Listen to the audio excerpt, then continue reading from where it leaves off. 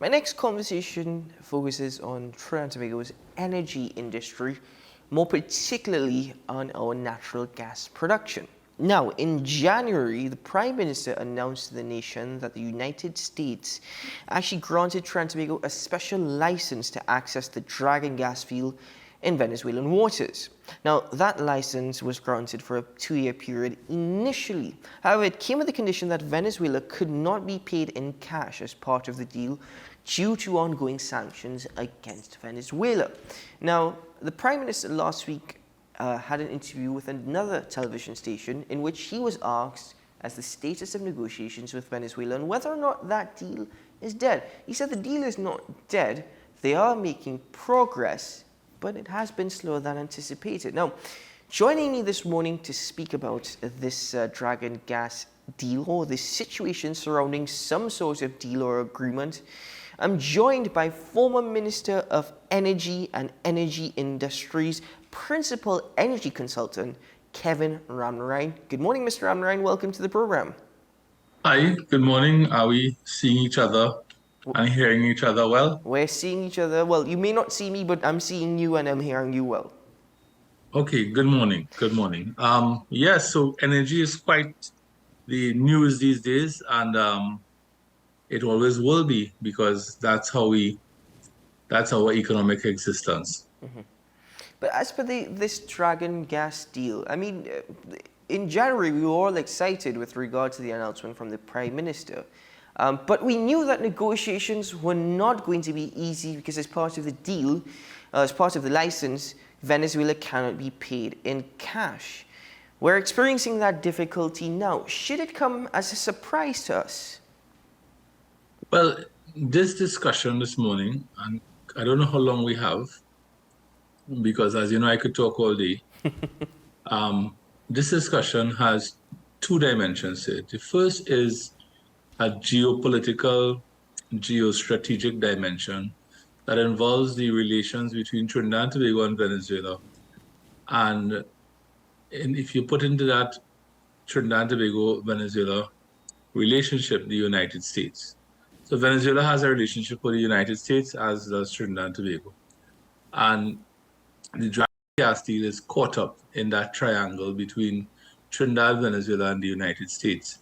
In January, the Prime Minister announced that the US had granted an OFAC license, and that license gave a waiver or provided a waiver of the sanctions on Venezuela with regard to Trinidad and Tobago and the Dragon deal.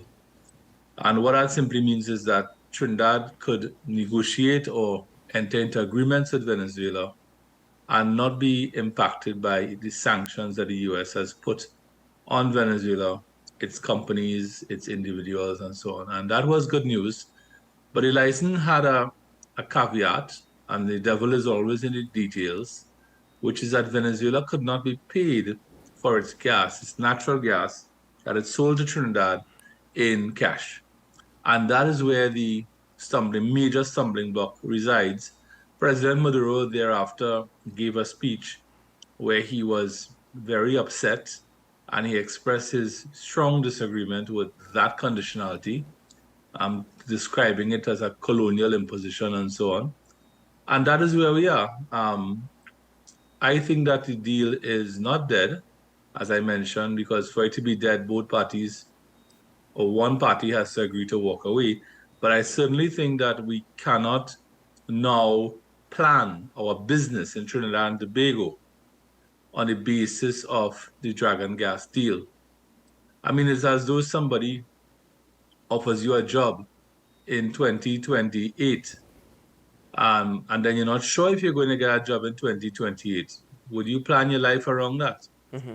And the answer is no, and that's where we are. So I don't think that we're making much progress with Dragon. I don't think it's going to save Trinidad and Tobago. I think Trinidad and Tobago has to look within for its economic survival. I think we have to look at the resources within our boundaries. We have to look at what we have. And, if Dragon was to happen at some point in time in the future, well, then that's great. We'll welcome that development, but we have to make do with what we have. So that's the Dragon conundrum. And it's really a victim of the geopolitics between the United States and Venezuela. The Secretary of State was here a few weeks ago for the CARICOM 50th anniversary. This is Mr. Blinken, Anthony Blinken. And he said the correct things that a diplomat or a Secretary of State would say visiting CARICOM. You know, he said those generic things that I expect a Secretary of State would say. But then he went to Venezuela right after. And in Venezuela, he said something a bit different, totally different, that he didn't say in Trinidad. He expressed the United States' concern about the banning of an opposition leader in Venezuela from running for election and holding public office, a lady by the name of Miss Machado. And he said that, of course, he implied the United States was concerned about the direction that Venezuela was taking. They were not seeing, because of that decision, they were not seeing Venezuela walking the road of democracy and return to free elections. And I think that is the priority for the United States and not Dragon.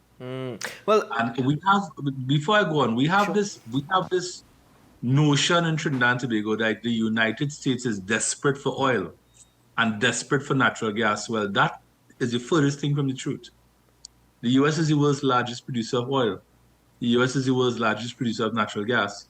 They're about to become the world's largest exporter of LNG. So this 1980s mindset and 1990s mindset that fossilizes the academics at the University of the West Indies, forget that. The world has changed. Probably people in Trinidad haven't changed, right? Because they're still talking about the US is desperate for oil and the US wants our gas. The US produces the most natural gas in the world by far. So Dragon, let's get this clear this morning. Dragon is not a priority for the United States of America. What is a priority for the United States of America from a foreign policy point of view is the stability of the hemisphere which they operate as the dominant player, the Americas in which we live. So let's expand on that a little bit, Mr. Amran, with regard to the geopolitical tensions. Because the Prime Minister last week, and I'm quoting directly from him, he said, "It's a disappointment for us here in Trinidad and Tobago that it is taking so long, or that the decisions that are being made for other people's interests are being so detrimental to our interests." Is the Prime Minister publicly acknowledging that the sanctions imposed by the United States on Venezuela are detrimental to our energy sector? You see, and this is where you see we have this pathology in the Caribbean, not just Trinidad, of always seeking to blame other people for our condition. And it is about time we stop doing that and we assume responsibility for our condition. Because the United States will be about its business. Venezuela will be about its business, and we need to be about our business. They will have their interest, and that is their right, and we will have our interest. That is our right. But we are ultimately, at the end of the day, responsible for arranging our affairs in Trinidad and Tobago and in CARICOM. And whatever the US does, we have no control over that. Right? That's the most powerful nation in the history of the world. We can't control their foreign policy as much as we would like to think so, because we had a certain minister from Trinidad going up to the United States regularly in 2022 and flying across to Venezuela. And what is the net result of all that? Net result of all that is, right? Focus on what we have. We have deep water gas resources. We have an economy that requires urgent transformation, and we have the opportunity to develop our maritime services sector into a multi-billion-dollar industry, led, I would think, by the private sector. So I say focus on that. I don't think that we're going to see Dragon gas arriving in Trinidad and Tobago anytime soon, right?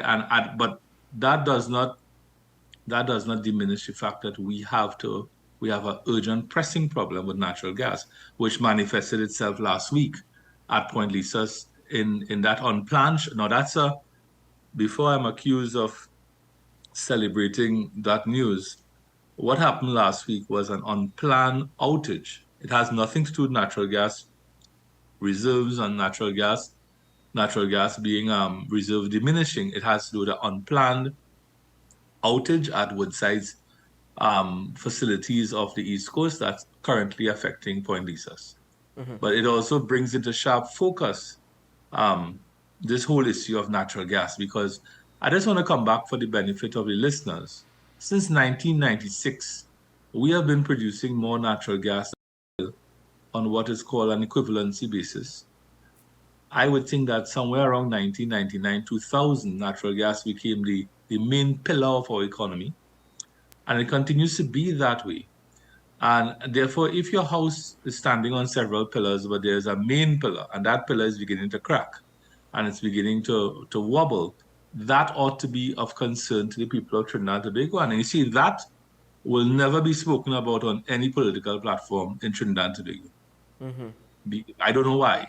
That you will hear everything else, but the main issue facing our economy is a shortage of natural gas. Fix that, and you fix Trinidad and Tobago's economy, or you begin to fix Trinidad and Tobago's economy. How do we go about fixing it if the Manatee field, the production from the Manatee field, is not due to come out in 2028? We have about 4.5 years. Well, this is of course the problem I have been highlighting. We have an immediate problem, and we're going to get any relief for that problem until 2028. So what happens between today, the 2nd of August, 2023, and when Manatee comes on in 2028? The situation in Point Lisas will progressively get worse. We'll be constantly struggling to keep gas production above 2.5 billion cubic feet of gas per day. It's currently about 2.5 right now. We're going to struggle to keep that at 2.5. I think it was September, October last year, the Prime Minister visited Switzerland. And he went to see Proman, a very important company in Trinidad and Tobago, largest employer in Point Lisas, biggest company in Point Lisas. He went to see Proman. And he came back and he gave a press conference, and he alluded to some data that he had seen which was concerning to him with natural gas production into the future. And he said he was seeing a significant fall in natural gas production. People in Trinidad need to understand that, and I want to make this very simple.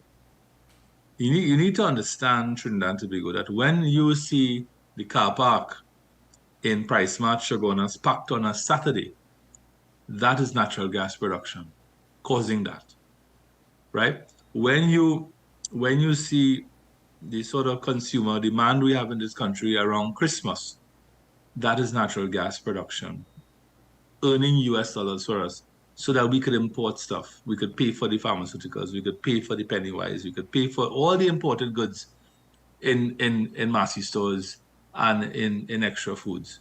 So I'm trying to bring it down to the population that is under threat. And people are beginning to sense that. And some people have taken action to leave.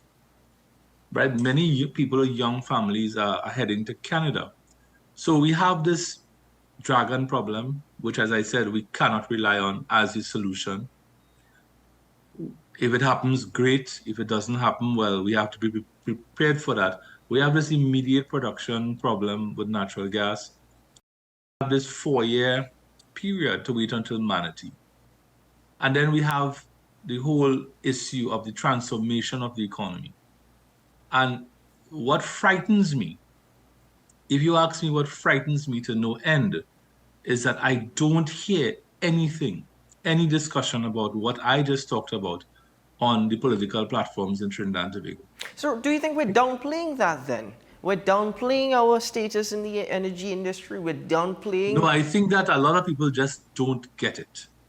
They don't get it, and they don't get it. I don't know why they don't get it. I can't speak for them. Purely out of ignorance, or purely just out of... I just think people just don't get it. I think people just don't see the gravity of what we're facing. It is the boiled frog syndrome. You know, we are living the boiled frog syndrome in Trinidad, where, look at crime, for example. Crime is a classic case of the boiled frog syndrome. right? In 1999, there were, I think, 95 or 92 murders. Today, we had 600 murders on average per year. That is the boil frog syndrome, and energy sector is going through the same boil frog syndrome. I mean, all the plants weren't shut down at the same time. They're shutting down, you know, every year a couple shut down, and before you know it, you have tumbleweed blowing across Point Lisas. So we have, as I was telling a colleague, we have a window of time to change this, to reverse natural gas production's decline, one, and two, to transform the economy. And I'm not seeing either of them being really addressed in an aggressive way. For example, I mean, I signed 1.2 million hectares of acreage for deepwater exploration, and that was almost now 10 years ago. So where has that gone? How has that been managed? That everybody knew that I wasn't doing that because, I was mad, but I knew that that was the last frontier for exploration in Trinidad and Tobago, having thoroughly explored land and shallow and average depth waters and so on. We had to go into deep water. But that somebody seems to have dropped the ball on that. And I'm saying that that should be the focus of the government. Get the deep water working. And that is going to take another 3 or 4 years. We've lost a lot of time, right? But in the interim, I find that we as a country are just chipping along, meandering, and in almost like sleepwalking into the future. Well, When Transmigo needs yeah, cash, no doubt about that. Venezuela needs cash, no doubt about it. Venezuela needs cash to run the country. and interestingly, that whole issue of cash, whenever you hear the economists talk, whenever you hear the policymakers talk, it all comes back to one thing. It comes back to cash. At the end of the day, all the fancy economic talk comes back to one thing. How can we earn more money as a country? And we have been earning money by selling things to the world. And those things are methanol, ammonia, LNG, oil. We used to sell refined products at the refinery. Now we buy that. We also sell non-energy type things. We sell chocolate. We sell manufactured goods and so on that our manufacturers make. Cashew nuts, conkers. Those are things that we sell to the world. We have to sell more of those things to the world. So that means we have to produce more as a country. And we have to not only produce more, but we have to produce more on a competitive basis so that our products are competitive internationally. And so there's another problem that Trinidad and Tobago is facing, that again, sleepwalking into the future. A lot of the energy commodities that we sell will not be able to access the European market very soon. And that is because Europe is far ahead of the rest of the world in terms of climate change. And Europe is going to apply tariffs on ammonia and methanol that are manufactured using a lot of carbon dioxide, that are carbon dioxide intensive in their production. They're going to make our ammonia and methanol irrelevant. But what do we do? So the answer would be, well, we look for new markets. The United States is not far behind Europe in that regard, especially if a democratic government remains in the United States. The United States is going to follow Europe. So then we lose the US market. And then, so you see the problem. The problem is that Trinidad and Tobago is due for a massive phase change in its economic thinking and its economic policy direction. But that is not, I'm not seeing that as being on the table. So we just meander, we sleepwalk into the future, and what happened. You see, that's the thing. It goes back to what you were saying. People just don't understand the magnitude, which is why there's been this delay in that phase change. And because of that, would you say that this hope for 2028 this 4.5 years before any sort of production for the Manatee field comes on to power. I mean, even in this conversation, I'm still talking to you about oil, but I'm oil and gas. It's going to be a difficult 4 years for Trinidad, but it should be the 4 years in which we plan the economy for transition, Precisely, yeah. right? And not just wait for Manatee to fall. It's almost as though we're doing a rain dance. So the You know, difficult 4 years, like the difficult 4 years also presents itself with an opportunity. exactly. All crises, as you know, are the incubators of opportunity, right? So that's where we transition a bit to renewable energy. We definitely have to build our maritime services sector, right? We already have the asset base. I mean, look at Chaguaramas, for example. Have you ever heard about dredging taking place in Chaguaramas? Dredging takes place in the Port of Spain, in Point Lisas, and in Point Fortin, and in Galuta, but you never hear about somebody dredging in Chaguaramas.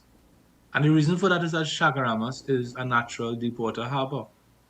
We have been given by God on a natural basis what other people in the world, crave, what they want badly. The Guyanese don't have natural deepwater harbors. They have to build an artificial island. You see that artificial island being built right now to get to a deepwater harbor. We have that naturally, right? We have the infrastructure in Chaguaramas, we have the infrastructure in Port of Spain, the infrastructure in Point Lisas, the infrastructure in Lebedco, the infrastructure in Galeota.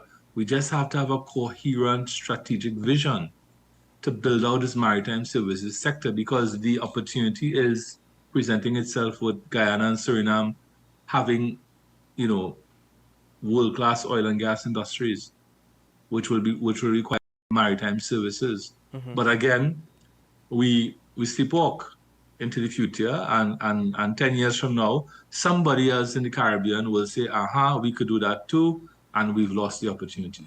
Certainly, and that is probably the direction that we're heading right now. Mr. Ramrine, I know you were asking how much time we have this morning. Unfortunately, we're more or less out of time. But No problem. Thank you very much, and we will definitely. And I just want to leave with one thing. Mr. Dukran, who is one of the wisest people you will ever meet, had a saying that we have to get the politics right. And when he said that, people mocked him and people laughed, but he was right. He was completely right. We have to get the politics right. yeah. So thank you very much. Thank you very much, Mr. Ramrine, and especially for I think opening up our eyes a bit more this morning than we were to the reality of the situation on the ground. I can only hope that reality remains present in the minds of those who really matter in the decision making and the thinking process. Thank you. Thank you, sir. All the best. Okay.